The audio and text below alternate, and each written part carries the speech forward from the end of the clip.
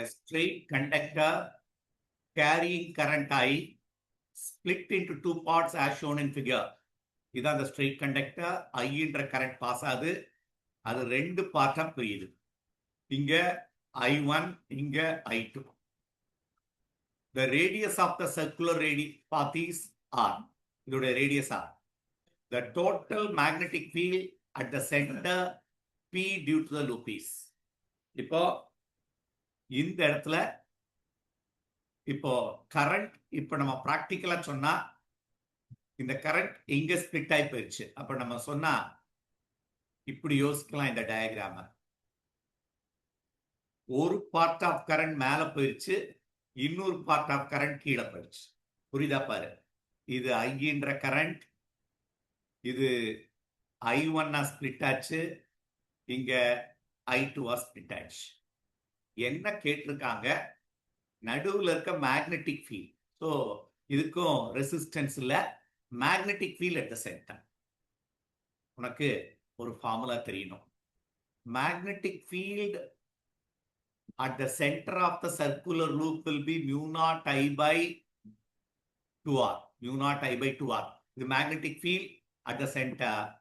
என்ன பண்ணுனா theta by 2 pi ஒரு ஃபார்முலால மல்டிப்ளை பண்ணிடு. theta by 2 pi. அப்ப இந்த ஃபார்முலா என்ன ஆயிரும்? mu naught I theta by 4 pi R. இதான் magnetic at this point at an angle. இப்போ ரெண்டு மேக்னெட்டிக் ஃபீல்ட் இருக்கு. ஒன்னு மேக்னெட்டிக் ஃபீல்ட் I1 ஏற்பட்ட மேக்னெட்டிக் ஃபீல்ட், அடுத்தது I2 னால் ஏற்பட்ட magnetic field. P1 is due to I1 mu naught I1 theta என்ன இந்த ஆங்கிள் 90 360ல 90 போயிடுச்சுன்னா என்ன 2 pi minus pi by 2 which is nothing but எப்படி போடலாம்? 4 pi minus pi 3 pi by 2 போட்டுடலாமா? 3 pi by 2 270 degree by 4 pi R1. இது R. இது magnetic field due to this current I1 current pass ஆனதுனால. இப்போ magnetic field due to I2 என்ன? V2 ன்னு வச்சுக்கோ. mu naught I2 by 4 pi R into angle pi by 2. இப்போ magnetic field can be determined with the help of right hand rule. right hand rule படி இந்த I1 கொடுக்கிற magnetic field inverse ஆ இருக்கும். B1 is inward. ஆக்சுவலா சொல்ல போனா இப்படி magnetic field இருக்கு.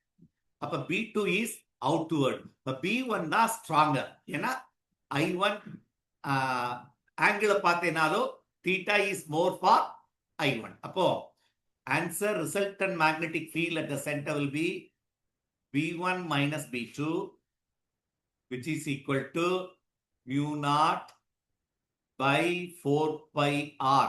காமனா வெளியே எடுத்துடலாமா? into ஒன்ல I1 வருது, angle 3 pi by 2 I1 3 pi by 2 அதில் வேணா pi by 2 காமனா எடுத்துரு. pi by 2 காமனா எடுத்துடலாமா? ரெண்டுல இருக்குல்ல. அப்போ pi by 2 காமனா வெளியே எடுத்துட்டோம். இதுல பார்த்தா 3, இதுல பார்த்தா 3I1 minus I2. இதான் நமக்கு ரிலேஷன். இப்போ I1ஐயும் I2ஐயும் ரிலேட் பண்ண போறோம். இப்போ ரிசல்டன்ட் மேக்னெட்டிக் ஃபீல்ட் கண்டுபிடிச்சாச்சு. ஆன்சரை பொறுத்தவரை இன்வெர்ட் கரெக்ட். இது ரெண்டுல ஒன்னா இருக்கலாம், அல்லனா ஜீரோவா இருக்கலாம். ஏன் இந்த ரிலேஷன்ல ஜீரோ ஆயிடுச்சுன்னா resultant magnetic field become zero. இப்போ I1ஐயும் I2ஐயும் ரிலேட் பண்ண போறோம். எப்படி ரிலேட் பண்ணலாம்னா வோல்டேஜ் அக்ராஸ் இந்த side, voltage passing through I1 voltage across passing through I2 equal தானே? ஏன்னா they are parallel. இந்த டயக்ராம் படி இந்த ரெண்டு voltage equal. V equal to V1 equal to I1 R1 equal to I2 R2. கிளியரா இருக்கான்னு பாருங்க. R2 அடுத்த step R equal to I1 into R வந்து ரோ L1 by A.